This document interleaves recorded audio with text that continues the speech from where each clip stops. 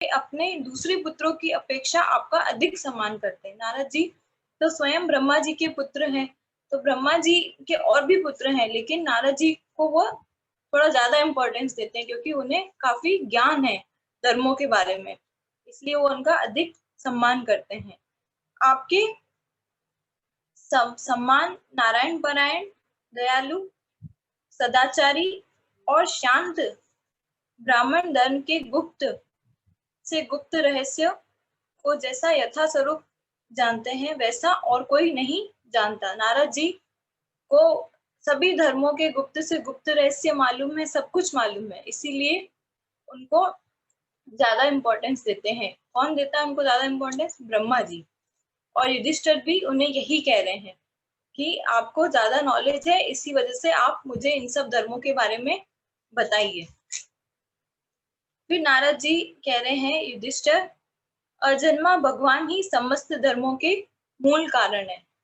भगवान जो जन्म लेते हैं, अवतार लेते हैं, भगवान का जन्म मरण तो होता नहीं है क्योंकि वो अवतार लेते हैं, तो इसीलिए कह रहे हैं कि अजन्मा भगवान ही समस्त धर्मों के मूल कारण है।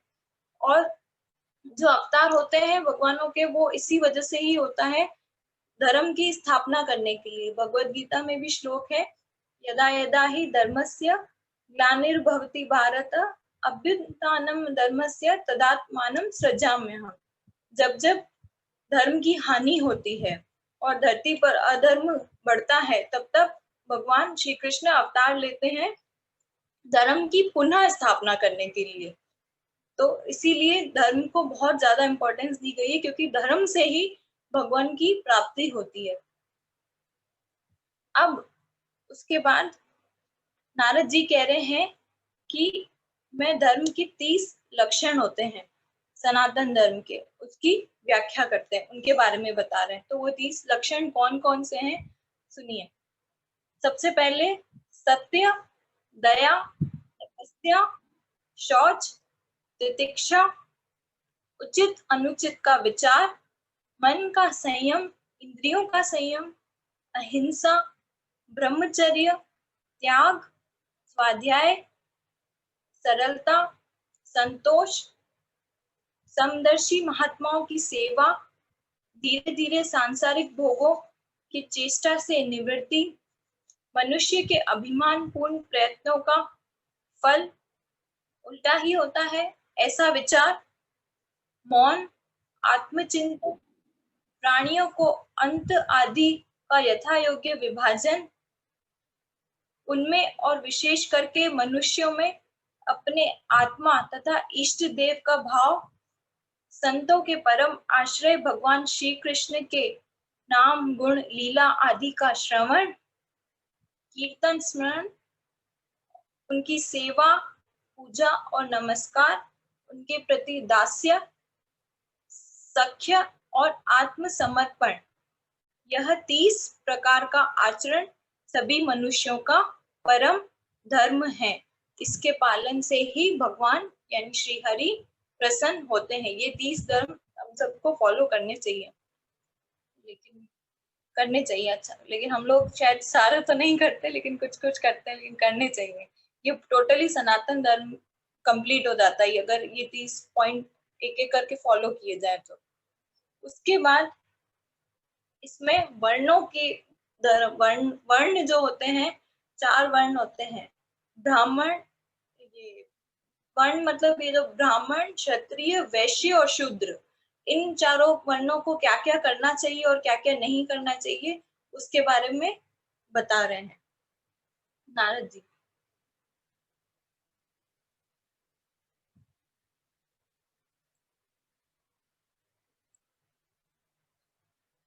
सबसे पहले वर्ण आता है ब्राह्मण।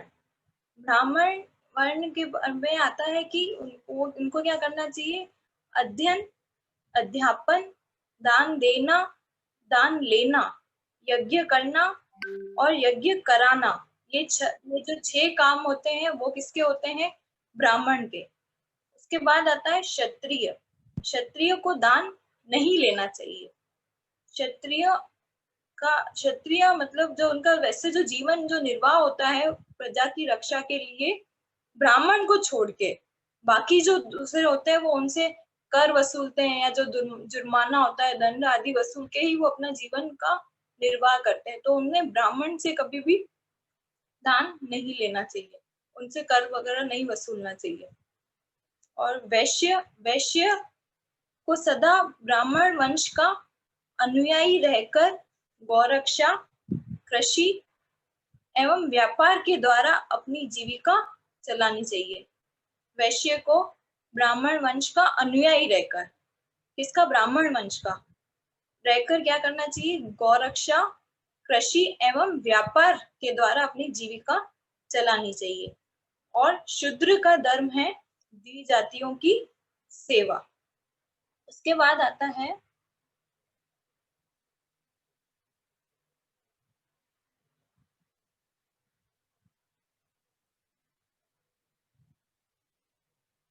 बिन मांगे जो कुछ मिल जाए उसी आयाचित वृत्ति के द्वारा जीवन निर्वाह करना अमृत है।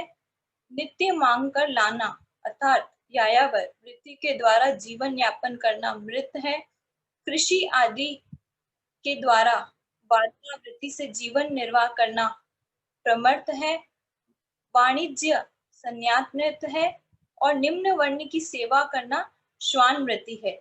ब्राह्मण और क्षत्रियों को इस अंतिम निंदित वृत्ति का आश्रय कभी भी नहीं लेना चाहिए, क्योंकि ब्राह्मण सर्व वेदमय और क्षत्रिय यानी सर्व देवमय, ब्राह्मण को सर्व वेदमय बताया और क्षत्रिय को सर्व देवमय बताया है।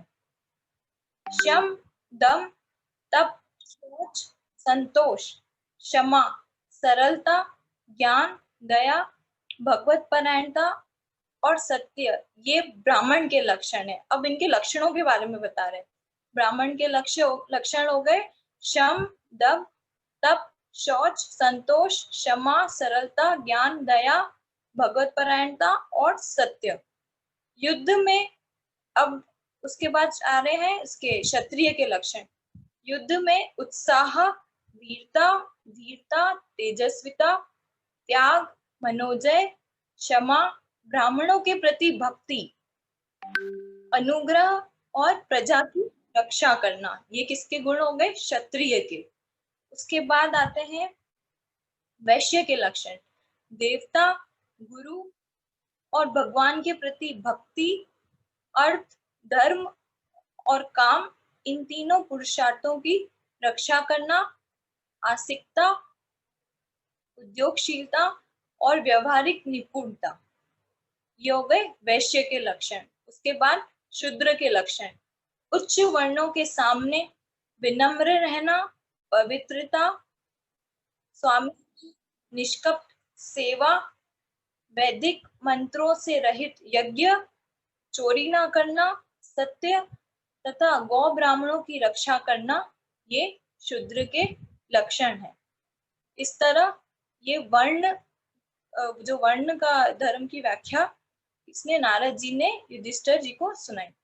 उसके बाद आता है स्त्री धर्म के बारे में। स्त्री धर्म के बारे में आ रहा है पति की सेवा करना, उसके अनुकूल रहना, पति के संबंधियों को प्रसन्न रखना और सर्वदा पति के नियमों की रक्षा करना। ये पति को ही ईश्वर मानने वाली प्रतिव्रता स्त्रियों के धर्म है। साध्वी स्त्री को चाहिए कि झाड़ने, बुहारने, लीपने तथा चौक पूरने आदि से घर को और मनोहर वस्त्राभूषणों से अपने शरीर को अलंकृत रखे, सामग्रियों को साफ सुथरी रखे, अपने पतिदेव की छोटी बड़ी इच्छाओं के समय के अनुसार पूर्ण करे, विनय, इंद्रिय संयम, सत्य वचनों से प्रेम पूर्वक पतिदेव की सेवा करे, जो कुछ मिल जाए उसी में संतुष्ट रहे, किसी भी वस्तु के लिए ललचावे नहीं, सभी कार्यों में चतुर एवं धर्मज्ञ हो, सत्य और प्रिय बोले, अपने कर्तव्यों में सावधान रहे, पवित्रता और प्रेम से परिपूर्ण रहकर, यदि पति पतित ना हो, सहवास करे, जो लक्ष्मी जी के समान पति परायणा होकर अपने पति की उसे साक्षात भगवान का स्वरूप समझकर सेवा करती है, उसके पतिदेव वैकुंठ लोक में भगवत भगवत सारूप्य को प्राप्त होते हैं और वह लक्ष्मी जी के समान उनके साथ आनंदित होते हैं। श्री धर्म के बारे में यही बताया कि पत्नी ये पतिव्रता रहे और अपने पति और उसके संबंधियों का सम्मान करें और पति को एक देव पति मतलब उसमें परमेश्वर का रूप समझ के ही उसकी सेवा करें, जो जो उसे पसंद हो, जैसा भी हो वो सब उस तरह से उसे फॉलो करें। और इस तरह से जो जो भी मतलब बहुत इजी लैंग्वेज ही थी इसकी कि क्या क्या करना चाहिए और क्या क्या नहीं करना चाहिए। और हम सब डेली रूटीन में जो भी गृहस्थ लोग हैं, जो भी संसारी लोग हैं, जो भी शादीशुदा है, वो सब ये करते ही हैं। हम अपने पति को एज अ भगवान के रूप में ही समझ के उनके लिए जो भी हमसे बन पड़ता है हम वो सब करते हैं और करना भी चाहिए। यही हमें हमारा शास्त्र सिखाते हैं। उसके बाद ये तीनों धर्म की व्याख्या हो गई। उसके बाद एंड में आ रहा है कि जो चोरी तथा अन्याय पार कर्म नहीं करते उन अत्यंज तथा चांडाल आदि अंतेवासी वर्ण संकर जातियों की वृत्तियां वही हैं जो कुल परंपरा से उनके यहाँ चली आई है। वेद दर्शी ऋषि मुनियों ने युग युग में प्राय मनुष्यों के स्वभाव के अनुसार धर्म की व्यवस्था की है। वही धर्म उनके लिए इस लोक और परलोक में कल्याणकारी है। जो स्वाभाविक वृत्ति का आश्रय लेकर सर्व धर्म का पालन करता है वह धीरे धीरे उन स्वाभाविक कर्मों से भी ऊपर उठ जाता है और हो जाता है। महाराज, जिस प्रकार बार बार बोने से खेत स्वयं शक्तिहीन हो जाता है और उसमें अंकुर उगना बंद हो जाता है, यहाँ तक कि उसमें बोया हुआ बीज भी नष्ट हो जाता है, उसी प्रकार यह चित्त जो वासनाओं का खजाना है, विषयों का अत्यंत सेवन करने से स्वयं ही उग जाता है। परंतु स्वल्प भोगों से ऐसा नहीं होता। जैसे एक एक घी डालने से आग नहीं बुझती, परंतु एक साथ अधिक घी पड़ जाने पर वह बुझ जाती है। जिस पुरुष के वर्ण को बतलाने वाला जो लक्षण कहा गया है, यदि वह दूसरे वर्ण वाले में भी मिल जाए तो उसे भी उसी वर्ण का समझना चाहिए। यहाँ एंड में बहुत अच्छी बात बताई है कि जिस तरह से खेत में बार बार बीज बोने से वो क्या हो जाता है, अंकुरित नहीं होता है, फिर उसमें और जो उसमें बीज ऑलरेडी डाला हुआ होता है वो भी सड़ जाता है, फिर उसमें कुछ उगता ही नहीं है। उसी प्रकार इसको मतलब एग्जाम्पल देके हम लोगों को बताया गया है कि हम लोग भी है ना बार बार अपने मन में इतनी सारी इच्छाएं प्रकट करते हैं, ये करना है, वो करना है, ये वो, तो उनको उनपे कंट्रोल करना चाहिए, उनपे कंट्रोल करना चाहिए। नहीं तो क्या होगा, बार बार हर चीज करने से मतलब हमारा मन तो फिर कभी तृप्त होगा ही नहीं। एक चीज होगी पूरी, फिर दूसरी होगी, फिर तीसरी, तो उस पे कंट्रोल करना चाहिए। और इस पे साफ ही लिखा हुआ है, बहुत अच्छी लाइन है कि इसी प्रकार ये जो चित्त है वो वासनाओं का खजाना है, विषयों का अत्यंत सेवन करने से वो स्वयं ही उग जाता है। अभी एक ही चीज को बार बार करते रहेंगे तो खुद ही बोर हो जाते हैं, तो ऐसा करना ही क्यों। इसीलिए हर चीज को लिमिट में एक लेवल लेके करना चाहिए, ताकि ना तो वो उसकी मतलब उसकी लिमिट बढ़ेगी भी नहीं और इस तरह से होगा भी नहीं कि हम लोग बहुत उसमें घुस गए हैं और बहुत खुद ही उसमें फंस गए हैं। ऐसा कभी नहीं करना चाहिए। तो हर चीज को एक लिमिट में रह के करना चाहिए और ना ही अपने अंदर तरह तरह की इच्छाएं लगानी चाहिए कि ये करना है, वो करना है, अननेसेसरी। लोग आजकल देखते हैं कि अननेसेसरी ये भी जानना है, ये भी करना है, वो भी करना है, तो सब पॉसिबल नहीं होता है। और जितना हो सके खुद पे कंट्रोल करना है। जितना हम खुद को लिमिट में लेके चलेंगे, जितना कंट्रोल करके चलेंगे, उतना हमारे लिए ही अच्छा है। क्योंकि हम जिस लेवल पे हैं, हम लोग भगवान प्राप्ति के रास्ते पे हैं, तो यहाँ पे तो हमें बिल्कुल भी इन संसारी चीजों में अपना मन लगाना ही नहीं चाहिए। बाकी जो संसारी लोग कर रहे हैं, जो भक्ति से नहीं जुड़े हैं, तो उन्हें करने दो। हम लोग को तो बिल्कुल भी नहीं इधर अपना माइंड इधर उधर दौड़ाना चाहिए। ठीक है, जो मिल रहा है खा रहे हैं, भगवान की कृपा से सब कुछ मिल रहा है, उसी में ही खुश रह के और ज्यादा से ज्यादा अपना टाइम, स्पिरिचुअल टाइम इन्वेस्ट करना चाहिए और जो टाइम निकालना चाहिए उसमें भक्ति करनी चाहिए। तो बहुत ही इंटरेस्टिंग चैप्टर था और बहुत ही शॉर्ट में इस चैप्टर को एक्सप्लेन किया है कि सबसे पहले ये सनातन धर्म के बारे में आया, उसके बाद जो वर्ण है 4 उसके बारे में आया और एंड में शिव के बारे में बताया गया इस चैप्टर में। कोई गलती हो तो माफ करना। Hare Krishna. Over to you. ओम नमो भगवते वासुदेवाय। ओम नमः। अच्छा अध्याय था, बहुत अच्छा अध्याय था। थैंक यू मोनिका माता जी। और इसमें अब बात कर लेते हैं पति परमेश्वर के ऊपर। पहले पति परमेश्वर के ऊपर बात निकली तो सब बहुत खुश हो रहे होंगे, हैं? या काफी लोग सोच रहे होंगे कि हमारे पति, लेकिन यहाँ पर क्या है, दो चीजें बहुत ज्यादा जरूरी, तीन चीजें। पहली बात, हमारे जीवन में देखो स्माइलें भी आना शुरू हो गई। पहली बात, शास्त्र जो कि बहुत जरूरी है। दूसरी बात, कुछ मैसेज भी आए नीचे से कमेंट्स में। तो पहली बात शास्त्र बहुत जरूरी है, दूसरी बात गुरु जरूरी है, तीसरी बात गुरु की प्रैक्टिकल बातें जरूरी हैं। ये तीन चीजें जीवन में जिसके हैं तो वही समझ सकता है। अगर आज शास्त्र नहीं होता तो आपको पता चलता कि पति की है ना कैसे सेवा करनी है, पति का कैसे मानना है। तो बोले पति भी वो सही है। पति कौन सा सही है? वो जो आपको सत्संग के लिए रोके नहीं, आपको भक्ति के लिए रोके नहीं। पति वो सही है। पति की पूजा करनी है परमेश्वर की जैसे, लेकिन कैसे लिखा हुआ है कि ये कौन सी बात लिखी है? द्वापर की, त्रेता की, ठीक है, सतयुग की। पति को परमेश्वर मानते थे क्योंकि पति के अंदर भी बचपन से ही संस्कार डाले जाते थे कि तुम्हें पत्नी को भी लक्ष्मी मानना है। सिर्फ हमें पति को परमेश्वर नहीं मानना है, उसे भी हमें लक्ष्मी मानना है, पत्नी को। तो दोनों तरफ से होता है, एक हाथ से ताली नहीं बजती। पति को परमेश्वर माने और पति पत्नी को लक्ष्मी का रूप माने, तब बात बनती है। और संस्कार बचपन से डाले जाते थे पति के अंदर भी कि इवन कि आपको पता है जब शादी भी होती थी तो शादी के समय भी, शायद आप लोगों को एक्सपीरियंस है, कमल को इतना नहीं है, लेकिन कहते हैं कि ना शादी के टाइम भी, शादी से पहले भी लड़के को सिखाया जाता है, लड़की को सिखाया जाता है कि तुम्हें कैसा व्यवहार करना है, कैसे चलना है, पति के साथ क्या व्यवहार करना है ना। जैसे कि सुना था, अब कौन सिखाता है वो मालूम नहीं, पर कोई सिखाता है आपके ही घर का, शायद। No comments. तो खैर, तो फिर इसमें क्या है कि यहाँ पर समझने वाली बात बहुत जरूरी है कि अगर आपको कोई चार सोने की चैन दे और बोले कि सत्संग को छोड़ दो, तो आपको सत्संग का त्याग नहीं करना। लेकिन कोई चार जूते मारे, बोले कि आप सत्संग में चलो, तो वो आपके लिए ज्यादा हितकारी है, क्योंकि आपका लक्ष्य क्या है, आपका मोटिव क्या है, आपको 84 से निकलना है।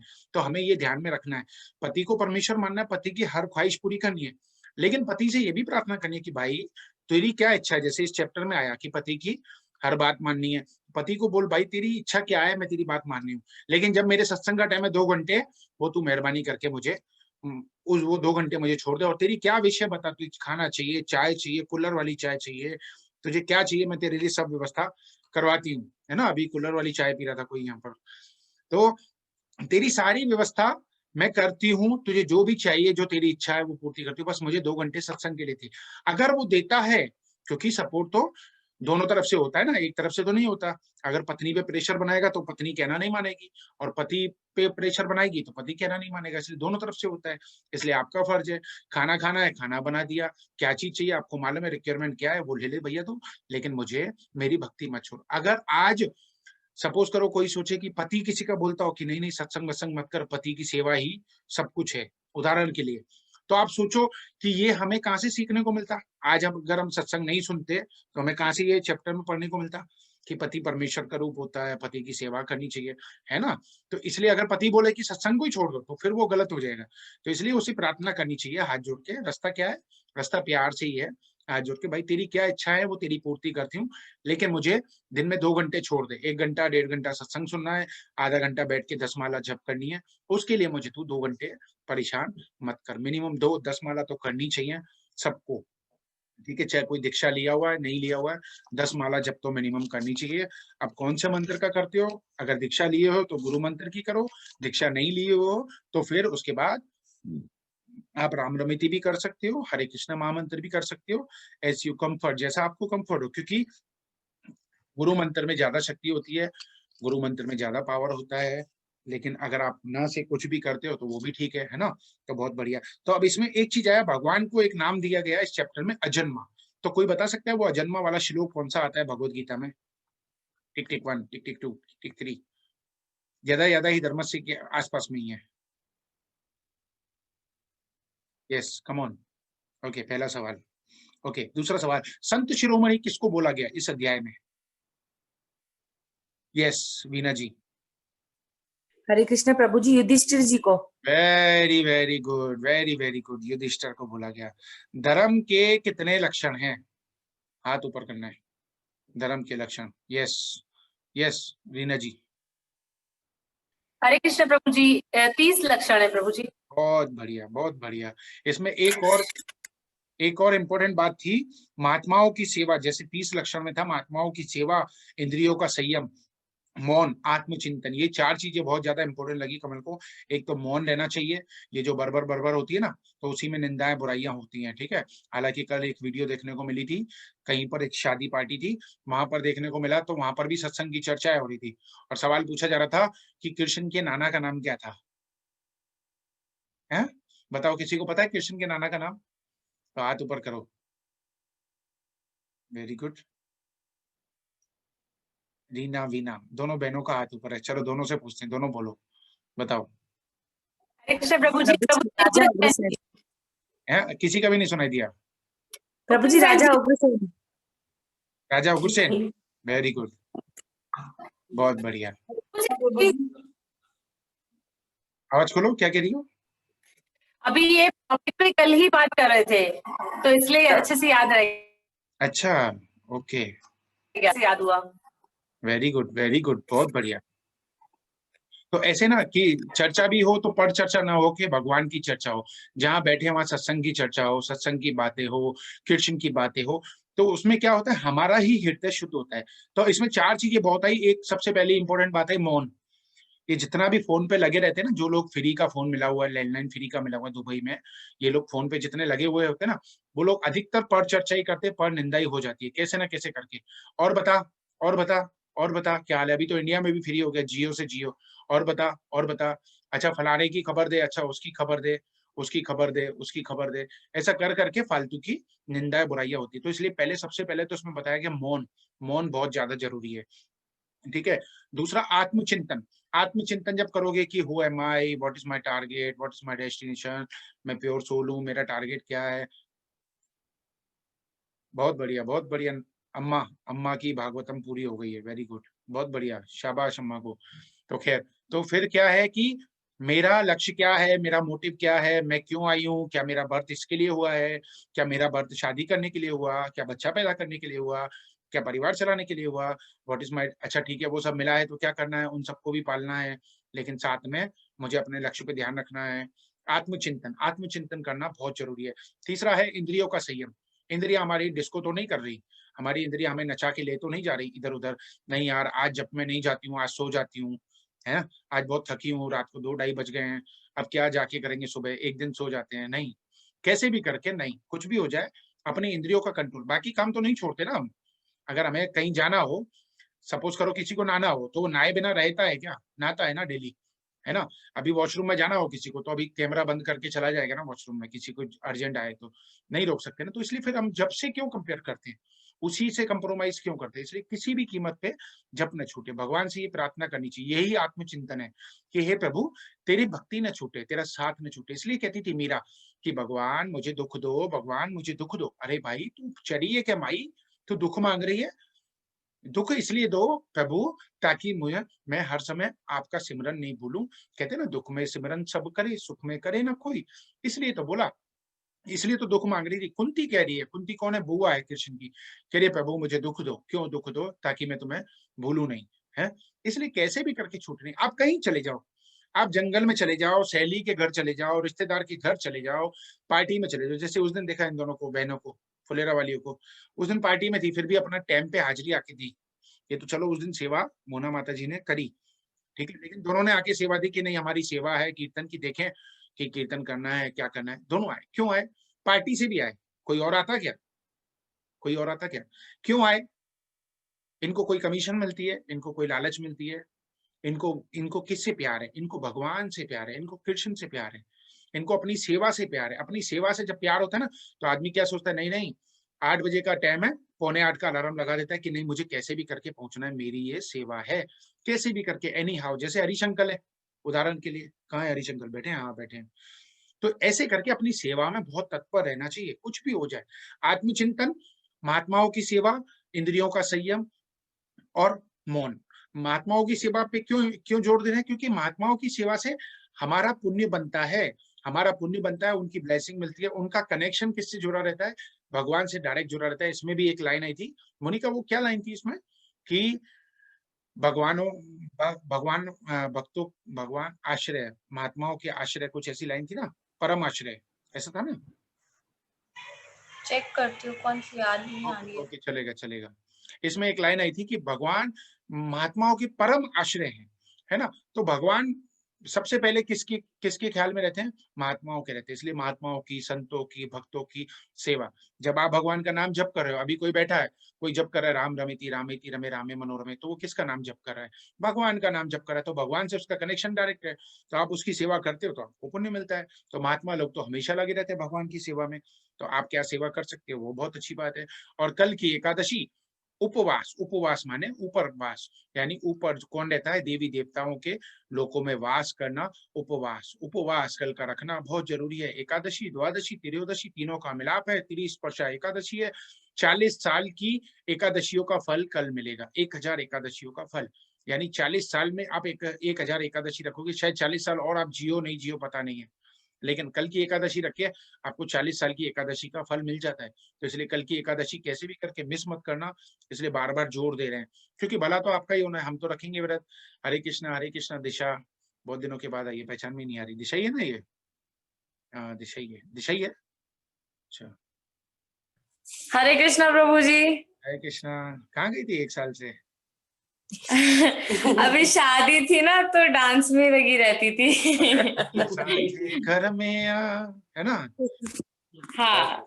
बहुत बढ़िया, कोई बात नहीं। अच्छा, इसमें आया ब्राह्मण के 6 कर्म होते हैं। ब्राह्मण के 6 कर्म कौन से थे, बता सकता है कोई?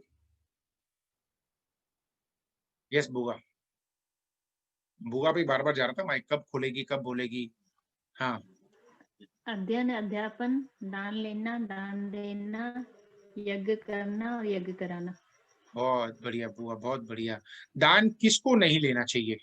एक क्वेश्चन आया इसमें, दान किसको नहीं लेना चाहिए? यस विद्या जी। प्रभु जी क्षत्रिय को। क्षत्रिय को दान नहीं लेना चाहिए, लेकिन क्षत्रिय को क्या होता है, ब्राह्मण को छोड़ के बाकी सब क्षत्रिय को देते हैं पैसा। बाकी सब जितने भी क्षत्रिय जो होते हैं, क्षत्रिय का मतलब कौन हो गया पता है? क्षत्रिय का मतलब आपको सरल वे में समझाए तो जैसे मोदी सरकार है, तो क्या हो गया, हम उन्हें सब लोग पैसा देंगे, ब्राह्मण को छोड़ के बाकी सब कर देंगे, टैक्स देंगे, टोल देंगे, ये देंगे वो देंगे, ताकि उससे वो देश को चलाए, और उसमें से भी वो भी ब्राह्मण को खुद उल्टा दान दे। वो सबसे ले, कर वसूली करे, टैक्स वसूली करे इधर उधर, लेकिन बाद में वो दे। ठीक है, दान हो गया। शूद्र का धर्म क्या? शूद्र का धर्म क्या है? यस, शूद्र का धर्म क्या है? जी जी, वीना माता जी। प्रभु जी शूद्र का धर्म बता रहे, उच्च उच्च धर्म वर्ण के जो लोग होते हैं उनकी निष्कपट सेवा करना। ओके, आबा जी क्या कह रही हो आबा जी?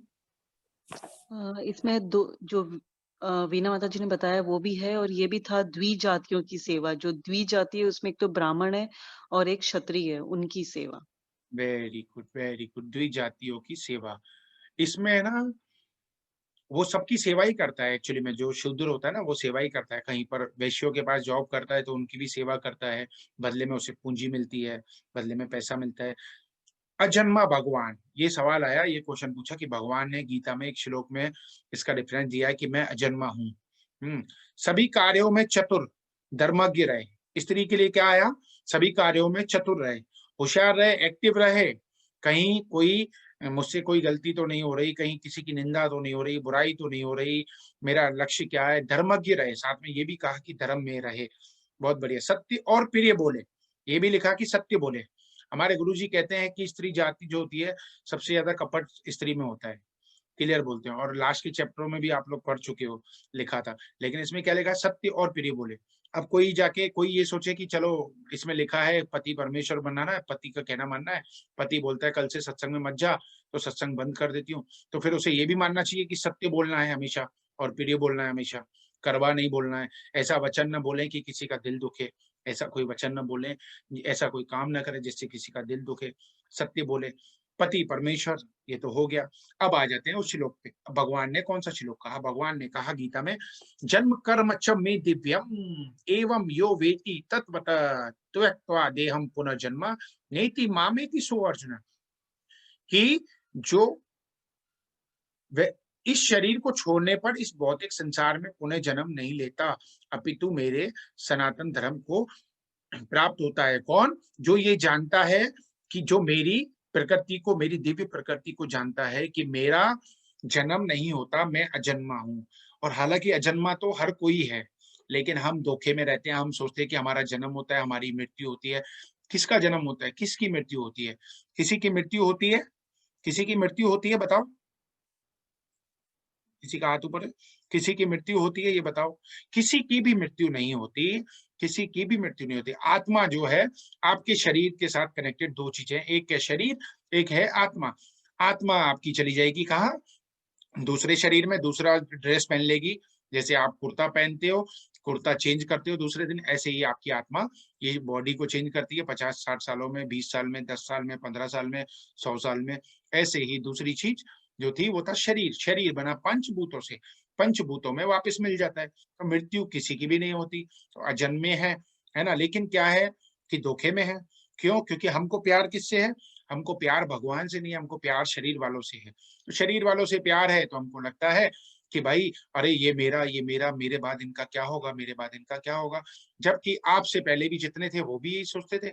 लेकिन आप आज भी बहुत अच्छे से खा रहे हो, और आपके आने वाले, आप रहो नहीं रहो, वो भी बहुत अच्छे से खाएंगे, और इतने अच्छे से खाएंगे कि शायद आप अभी एक सिंगल बंगले में रह रहे हो, वो लोग बड़े बड़े बंगलों में रहेंगे, है ना। जितना उनका प्रारब्ध होगा, प्रारब्ध सबका फिक्स है, कोई किसी को नहीं खिलाता, कोई किसी को नहीं खिलाता। आप सोच रहे हो मैं अपने बेटे को खिला रहा हूँ, बेटी को खिला रहा हूँ, नहीं, उसका प्रारब्ध उसको खिला रहा है, उसका प्रारब्ध उसको तकलीफ दे रहा है, उसका प्रारब्ध से ही दुख आ रहा है, प्रारब्ध से ही सब कुछ आ रहा है।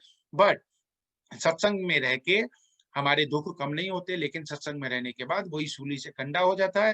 कहावत है कि हमारा बड़ा दुख भी छोटा हो जाता है, जिसे हम हंसते हुए बर्दाश्त कर लेते हैं, है ना। क्योंकि सत्संग के बाद हमें पता चल जाता है कि मैं शरीर नहीं हूँ, मैं शुद्ध आत्मा हूँ। तकलीफ आई है शरीर को आई है, और शरीर तो वैसे ही शमशान का साथी है, तो मेरा तो है ही नहीं, तो इसलिए मैं काहे के लिए दुखी हो जाऊं, मैं काहे को परेशान हो जाऊं। जी सही है। कहाँ गई सीमा? सीमा जी आई है, सीमा जी अफ्रीका वाली। प्रभु जी, रिया जी। कौन है? हरे कृष्णा। हरे कृष्णा। हरे कृष्णा। कौन है ये? ये रिया जी है, भाभी है हमारी। अच्छा, वो शादी में आए हुए थे, आए तो सत्संग सुन रहे थे आपका, तो अच्छा लग रहा था। बहुत बढ़िया, इसलिए। बहुत बढ़िया। हमें भी बहुत अच्छा लगा आपके दर्शन करके, बहुत बढ़िया, बहुत बढ़िया। आवाज कट रही है आपकी ना रीना जी, आज आपकी।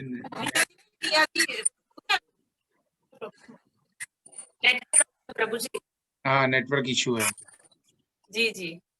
कोई बात नहीं, बहुत अच्छा, बहुत अच्छा, वेरी गुड। ऐसे ही जुड़े रहो, ऐसे ही लगे रहो भगवान की भक्ति में, यही काम आने वाला है। बहुत बढ़िया जी। सीमा जी अफ्रीका वाली।